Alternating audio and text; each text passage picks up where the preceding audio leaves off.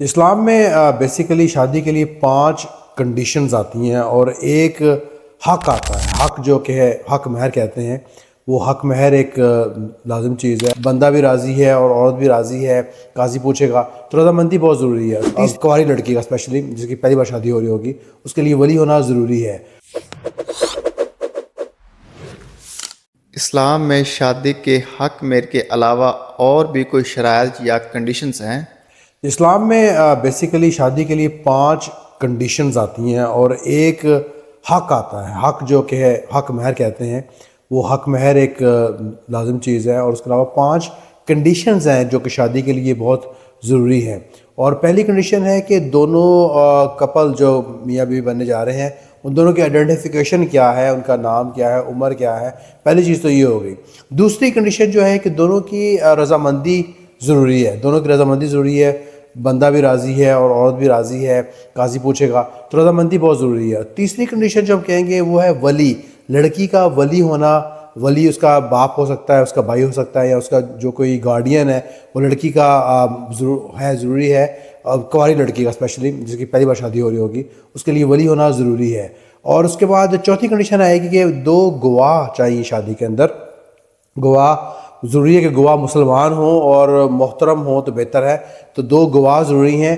اور 5ویں کنڈیشن ہے کہ ان کا کوئی مسئلہ نہ ہو جو کہ ایسی کوئی شرائط نہ ہو جو قرآن کہتا ہے کہ جیسے آپ شادی نہیں کر سکتے دوسری بہن سے، دو بہنوں سے نہیں کر سکتے، ایسا نہیں کر سکتے.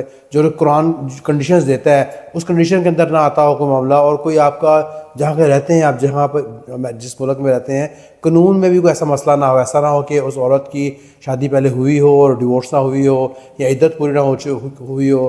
تو جو کہ تقاضے ہیں وہ پورے ہونا ضروری ہیں. تو یہ 5 کنڈیشنز ضرور میٹ ہونی چاہیے. اور چھٹی چیز جو ہے حق مہر. حق مہر جو ہے وہ اوبویسلی وہ بھی ایک فریضہ ہے. تو یہ سب 5 کنڈیشنز اور ایک حق ہے جو کہ اسلام میں شادی کے لیے ضروری ہے. انسان اشرف المخلوقات ہے تو اللہ تعالیٰ نے باقی مخلوق کو انسانوں سے زیادہ طاقت کیوں دی ہے؟ اللہ تعالیٰ قرآن میں کہتے ہیں وَسَخَّرَ لَكُم مَّا فِي الْأَرْضِ جَمِيعًا، یعنی کہ اللہ تعالیٰ نے ہر کسی کو انسان کے لیے بنایا ہے. ہر چیز مخلوق جو کہ مخلوق دنیا میں ہے وہ سب انسان کی خدمت کے لیے ہے. انسان اشرف المخلوقات ہے، اللہ تعالیٰ کا نائب ہے. اور بالکل اللہ انسان سے زیادہ پاورفل بہت ساری چیزیں اور ہیں. ہم دیکھتے ہیں شیر بڑا جاندار ہے، ہاتھی طاقتور ہے، اس طرح چوپائے گھوڑے، اس طرح کے بہت سارے جانور جو انسان سے زیادہ طاقتور ہیں. لیکن اللہ تعالیٰ نے انسان کو عقل دی ہے جو ان میں نہیں ہے. اور اس سب کی سب چیزیں باقی جو مخلوقات ہیں، اگر جانوروں کے علاوہ ہم باہر دیکھیں، سورج، چاند، ستارے دیکھیں، تو اللہ تعالیٰ نے انسان کے لیے ان کو پیدا کیا ہے. سورج جو کہ بہت پاورفل ہے، روشنی دیتا ہے. نہ وہ ہمیں جلاتا ہے، نہ ہمیں اتنی سردی ہوتی ہے کہ سورج نہ ہو تو بہت سردی ہو جائے کہ ہم فریز ہو جائیں. اور اس کی اللہ تعالیٰ نے ایک مخصوص اس کو پاور دی ہے جس سے وہ ہماری خدمت میں لگا ہوا ہے، ہمیں روشنی دیتا ہے. اور ہمارے اوبویسلی سورج نہ ہو تو زندگی مشکل ہو جائے گی. اور چاند دیکھیں آپ، چاند بھی جو ہے ہماری خدمت میں لگا ہوا ہے. چاند کے بہت سارے فائدے ہیں اوبویسلی. اور سب سے بڑا فائدہ دماغ میں آتا ہے کہ اگر چاند نہ ہو تو ہمارے پھل میٹھے نہیں ہوں گے، سبزیاں نہیں اگیں گی، بہت سارے اور فائدے اوبویسلی ہیں. لیکن یہ سب چیزیں، سب مخلوقات، سب چیزیں انسان کی خدمت میں لگے ہیں. سورج نکلتا ہے انسان کے لیے، چاند نکلتا ہے انسان کے لیے، ستارے نکلتے ہیں. اللہ تعالیٰ کہتے ہیں ستاروں کو میں نے آسمان کو خوشنما بنانے کے لیے بنا دیا ہے، کیا کہ جب ہم اوپر دیکھتے ہیں تو ہمیں اچھا لگے آسمان، اور ہمارے اور لوگوں کے راستے بتانے کے لیے بنا دیا ہے. گویا کہ سب چیزیں اللہ تعالیٰ نے انسان کے لیے بنائے ہیں. اور لیکن سوال یہ پیدا ہوتا ہے کہ انسان کو کس لیے پیدا کیا ہے؟ انسان کو اللہ تعالیٰ نے صرف اپنے لیے پیدا کیا ہے، یعنی کہ اللہ تعالیٰ نے انسان کو اللہ کی عبادت کے لیے پیدا کیا ہے. باقی سب چیزیں عبادت، اللہ کی عبادت بے شک تسبیح کر رہی ہیں، لیکن انسان کی خدمت بھی کر رہی ہیں. لیکن انسان صرف اللہ تعالیٰ کی عبادت کے لیے ہے اور باقی سب کچھ انسان کی خاطر بنائے ہیں. بے شک انسان سے بہت پاورفل بھی ہیں، لیکن سب کچھ انسان کے تابع ہیں، انسان کی خدمت کے لیے ہی ہے. کیا بیوی کا اپنے شوہر کے ماں باپ کی خدمت کرنا لازم ہے؟ عورت پر بندے کے ماں باپ کی خدمت کرنا لازم تو نہیں ہے، واجب بھی نہیں ہے، کیونکہ ماں باپ تو وہ بندے کے ہیں، اس کی ذمہ داری ہے. اور بیوی جو ہے وہ خاوند کے لیے ہے، اوبویسلی اس کی رسپانسبلٹیز خاوند تک ہی ہیں.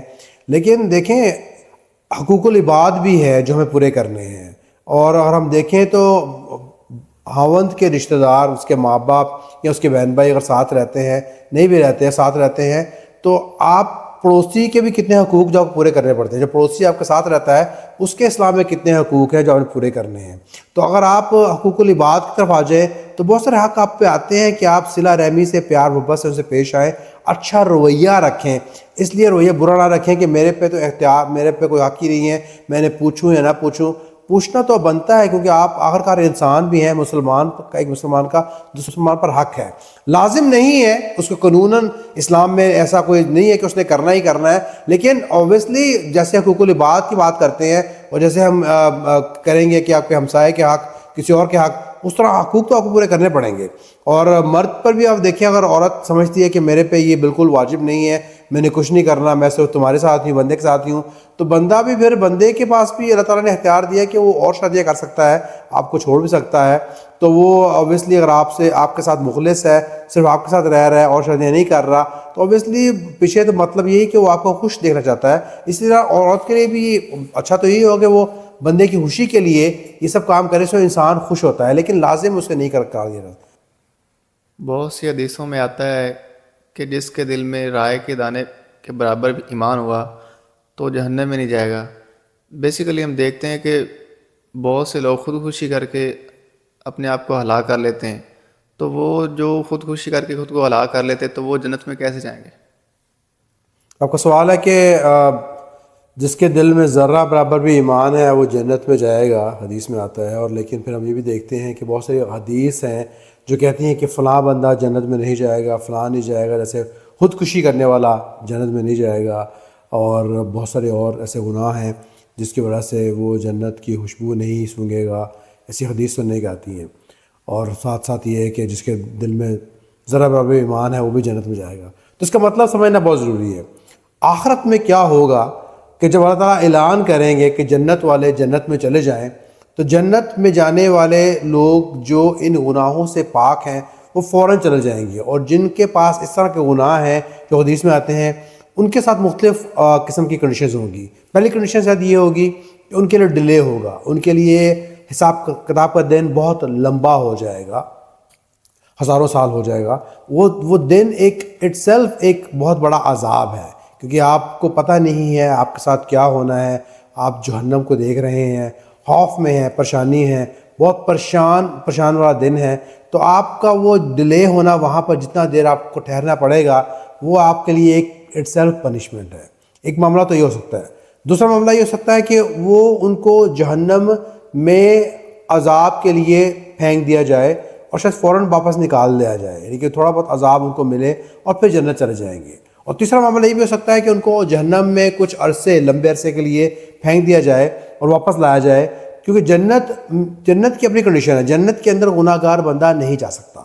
جنت کے اندر جانے کے لیے جیسے سونے کو صاف کیا جاتا ہے، صرف صاف سی جائے گی. سونے کو صاف کرنے کے لیے اس کو جلا کر اس کو پاک کیا جاتا ہے، سب گند نکالنا پڑتا ہے، کندن بنایا جاتا ہے. اس طرح گناہ گار لوگوں کے گناہ ختم کیے جائیں گے کوئی نہ کوئی پنشمنٹ دے کے، تاکہ جنت میں جب جائیں ہر قسم کے گناہوں سے پاک ہوں.